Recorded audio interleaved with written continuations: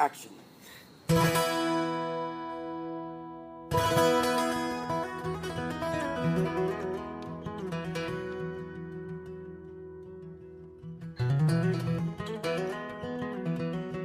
Asheville is pegged as a foodtopia,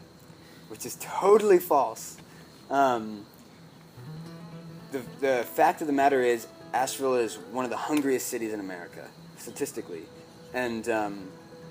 it's also incredibly segregated by the wealthy and the poor, low income. And so what you have is all these communities of Asheville, all these niches of Asheville, and some of them can afford to go to Green Life, Earth Fare, Harris Teeter, Trader Joe's, etc., and get, not necessarily sustainable, but good quality food, healthy food, whole food. And then a large portion of Asheville is pushed to the boundaries, pushed to low-income communities who were basically in food deserts. And so, and food deserts, implies that there's a distance that they have to travel to get food, but it also implies that there's a multiplicity of social, economic, cultural aspects that are creating these food deserts, where grocery stores aren't building grocery stores in low-income communities because they know they won't get as much money as putting them in the bourgeois communities of Asheville. The Soul Garden is a place for UNCA students to come and not only get their hands dirty, planting things and working with the soil and doing the more utilitarian tasks of the garden, but it also offers ideas about urban agriculture importance. And so as we work, we talk about why it's important to have carrots in the middle of the city instead of in Iowa shipped, a couple hundred miles at least to North Carolina to be bought from a grocery mart. And it also offers a stepping stone to larger gardens and gardens within the community. And so the Soul Garden hosts events like crop mobs, where students who work at the garden can go out and work at a community farm or a garden, usually an urban one, and in doing so they can kind of get a sense of, okay, what we're doing at the Soul Garden is the same thing that they're doing in the community, and the kind of community that we create around the Soul Garden, and the food that it provides for us and the food that we donate the same, is kind of in the same model as this community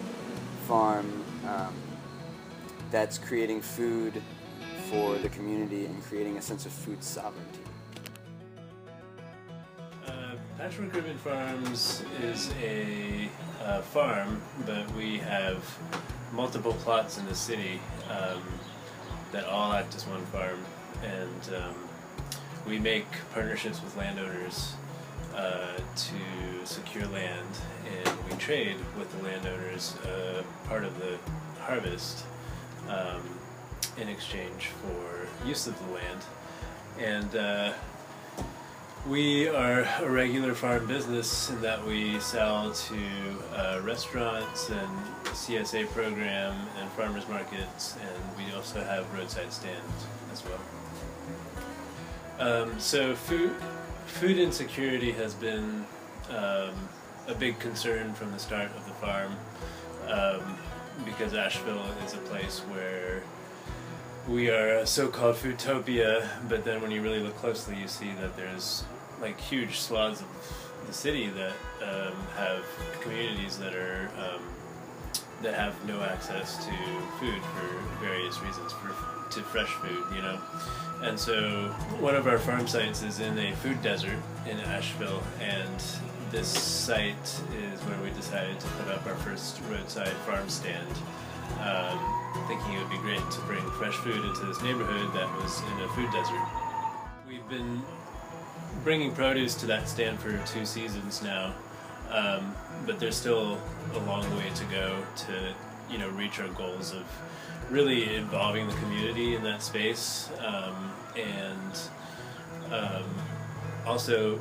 having the community really want what we're bringing to the neighborhood too is a big part. So we're really working on building trust and friendship in the neighborhood right now to you know, basically just make friends and try to anyone who's interested, you know, we have a whole farm site there, trying to get people in the neighborhood involved with that as well, and just reconnecting with the food and where it comes from, and also just having access to really flavorful, awesome food in a place that is not very readily available. So the really cool thing about Patchwork is that we're trying to get to that basic root idea of reconnecting our lives with our landscapes. And this connection is something I feel like we've lost over the last, you know, several generations. And in order to get back to that, I feel like what we're doing by putting these farm plots in the city and by making farming really visible and exposed to people's everyday lives, we're going to start to shift that. I think it's going to take